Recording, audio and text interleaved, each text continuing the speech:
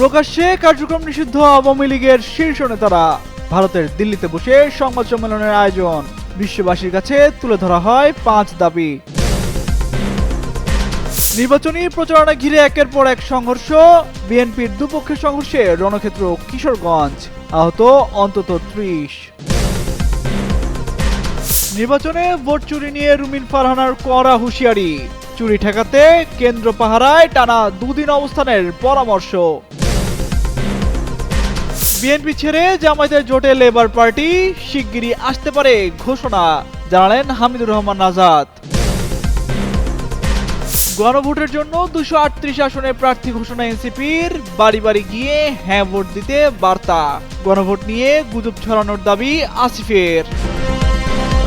নির্বাচনের ঠিক আগ মুহূর্তে ভারতের দিল্লিতে ফের প্রকাশ্যে কার্যক্রম নিষিদ্ধ দল আওয়ামী লীগ। এক সপ্তাহের মধ্যে দ্বিতীয়বারের মতো গণমাধ্যমের মুখোমুখি হয়েছে দলটি। সেখানে বিভিন্ন বিষয় তুলে ধরা হয় কার্যক্রম নিষিদ্ধ দলের পক্ষ থেকে। এছাড়া বিশ্ববাসীর উদ্দেশ্যে 5 দফা দাবি জানান আওয়ামী লীগের নেতাকর্মীরা। শুক্রবার সন্ধ্যায় আওয়ামী লীগ নেতৃত্বের এই কথোপকথনের আয়োজন করেছিল foreign correspondents club of south Asia বা এফসিসি। ওই অনুষ্ঠানে আওয়ামী লীগ 5 দফা দাবি তুলে ধরেছে, যার অন্যতম হল বিগত বছরের ঘটনাবলীর নিরপেক্ষ তদন্তের দাবি। অনুষ্ঠানটিতে বাংলাদেশের প্রাক্তন শিক্ষামন্ত্রী মহিবুল হাসান চৌধুরী নওফেল সশরীরে হাজির ছিলেন, আর ভার্চুয়াল মাধ্যমে যোগ দিয়েছিলেন আরেক প্রাক্তন মন্ত্রী মোহাম্মদ আলী আরাফাত। শনিবার এমন তথ্য দিয়ে একটি প্রতিবেদন প্রকাশ করে ব্রিটিশ ভিত্তিক সংবাদ মাধ্যম বিবিসি বাংলা। বাংলাদেশের জাতীয় নির্বাচনের সপ্তাহ 2 আগে পরপর 2 সপ্তাহে ভারতের রাজধানী দিল্লি শহরে আওয়ামী লীগ নেতাদের 2টি সংবাদ সম্মেলনকে তাৎপর্যপূর্ণ হিসেবে দেখা হচ্ছে। যদিও গত বছর 1.5 ভারতে অবস্থানরত আওয়ামী লীগ নেতাদের অনেকেই ভারতীয় সংবাদ মাধ্যমে সাক্ষাৎকার দিয়েছেন। বিশ্লেষকরা বলছেন, বাংলাদেশের নির্বাচনের আগে সে দেশের মানুষের কাছে আওয়ামী লীগের বক্তব্য পৌঁছে দেওয়ার জন্যই ভারতের মাটিতে এভাবে একের পর এক সংবাদ সম্মেলন আয়োজন করছে দলটি। ভারতে অবস্থানরত আওয়ামী লীগের একাধিক নেতা গণমাধ্যমকে জানান, বাংলাদেশের মানুষের কাছে তাদের রাজনৈতিক বক্তব্য পৌঁছে দেওয়ার জন্য ভারতের গণমাধ্যমকে উপযুক্ত হিসেবে বিবেচনা করা হচ্ছে, তাই দিল্লিতে সংবাদ সম্মেলন করা হচ্ছে। নির্বাচনী প্রচারণার প্রথম দিনেই তুমুল সংঘর্ষ বাধে কুমিল্লা 2 আসনে। বিএনপির মনোনীত প্রার্থী ও বিদ্রোহী প্রার্থীর সংঘর্ষে রণক্ষেত্রে পরিণত হয় হোমনা উপজেলা। এর ঠিক একদিন পর আবারও ছড়িয়ে পড়ে উত্তেজনা। বিএনপির নির্বাচনী জনসভায় চেয়ারে বসাকে কেন্দ্র করে বিএনপি ও যুবদলের নেতা কর্মীদের মধ্যে দফায় দফায় চেয়ার ছড়াছড়ি ও সংঘর্ষের ঘটনা ঘটেছে। এতে আহত হয়েছেন উভয় পক্ষের অন্তত 30 জন।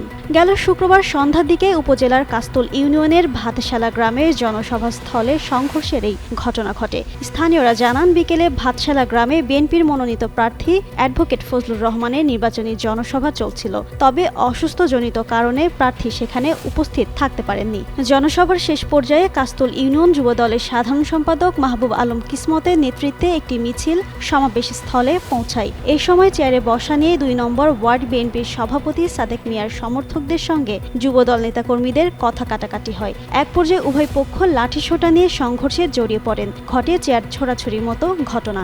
যদিও এ নিয়ে পাল্টাপাল্টি অভিযোগ করে দুপক্ষ, তবে অষ্টগ্রাম থানার ভারপ্রাপ্ত কর্মকর্তা শোয়েব খান জানান, পরিস্থিতি পুলিশের নিয়ন্ত্রণে। হতাহতের সঠিক সংখ্যা নিশ্চিত হতে পারেননি। লিখিত অভিযোগ পেলে তদন্তের পর ব্যবস্থা নেবেন বলেও জানান তিনি। আগামী 12 ফেব্রুয়ারি অনুষ্ঠিত হতে যাচ্ছে ত্রয়োদশ জাতীয় সংসদ নির্বাচন। তাই আগামী 11 থেকে 12 ফেব্রুয়ারি নির্বাচনের ফলাফল ঘোষণা না হওয়া পর্যন্ত ভোটারদের সতর্ক ও সজাগ থাকতে হবে, এমনটাই আহ্বান জানিয়েছেন ব্রাহ্মণবাড়িয়া 2 আসনের স্বতন্ত্র প্রার্থী ব্যারিস্টার রুমিন ফারহানা। বলেন, কেউ যেন ভোট চুরি করতে না পারে। প্রত্যেককে যার যার কেন্দ্রের পাহারায় থাকতে হবে, কারণ ভোটারদের একটা ভোট তাদের এলাকার উন্নয়ন ও ভবিষ্যৎকে নিশ্চিত করবে। শুক্রবার সন্ধ্যায় সরাইল উপজেলার পাকশিমুল ইউনিয়নের 5 গাঁও গ্রামবাসীদের সঙ্গে আয়োজিত নির্বাচনী জনসভায় তিনি এসব কথা বলেন। ব্যারিস্টার রুমিন ফারহানা বলেন, বহু বছর পর ভোটাররা নিজেদের পছন্দের প্রার্থীকে বেছে নেওয়ার সুযোগ পেয়েছে। সেই সুযোগ কোনোভাবেই হারাতে দেওয়া যাবে না। তার বাবা ভাষা সৈনিক অলি আহাদের কথা স্মরণ করে বলেন, 1973 সালে তিনি ব্রাহ্মণবাড়িয়া 2 আসন থেকে নির্বাচিত হয়েছিলেন, কিন্তু তাকে কাজ করতে দেওয়া হয়নি। তাই আগামী 11 ফেব্রুয়ারি থেকে 12 ফেব্রুয়ারি নির্বাচনের ফলাফল ঘোষণা না হওয়া পর্যন্ত ভোটারদের সতর্ক ও সজাগ থাকতে হবে। তিনি বলেন,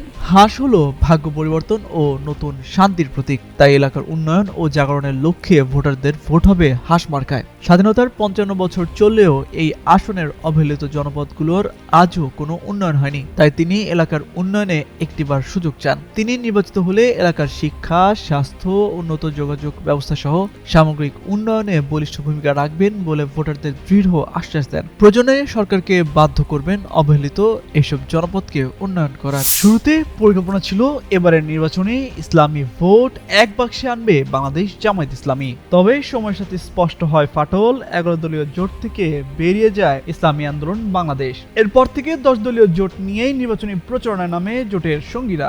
এবার এই জোটে যুক্ত হতে যাচ্ছে নতুন সঙ্গী।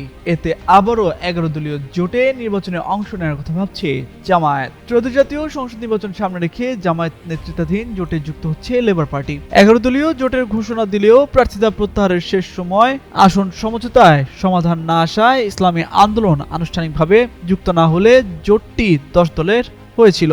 তবে শনিবার লেবার পার্টি যুক্ত হলে আবার 11 দলীয় জোটই হবে। শুক্রবার কক্সবাজারের কুতুবদিয়া উপজেলার লেমচিখালী ইউনিয়নে আয়োজিত পথসভায় জামায়াতের সহকারী সেক্রেটারি জেনারেল হামিদুর রহমান আজাদ বিষয়টি নিশ্চিত করেছেন।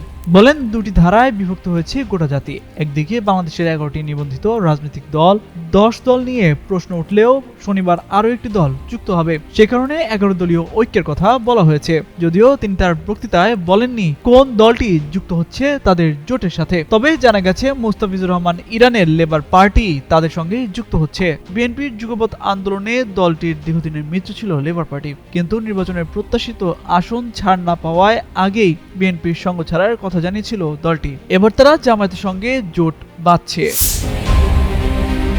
গণভোটে বিসমিল্লাহ থাকবে না। গণভোট নিয়ে প্রান্তিক এলাকায় এমন সব বিভ্রান্তিকর গুজব ছড়িয়ে পড়েছে বলে মন্তব্য করেছেন এনসিপি নির্বাচন পরিচালনা কমিটির চেয়ারম্যান ও মুখপাত্র আসিফ মাহমুদ সজীব ভুঁইয়া। আসন্ন গণভোটের প্রচারণায় 238টি আসনে দলীয় প্রার্থীর নাম ঘোষণা করে সাংবাদিকদের এসব কথা বলেন তিনি।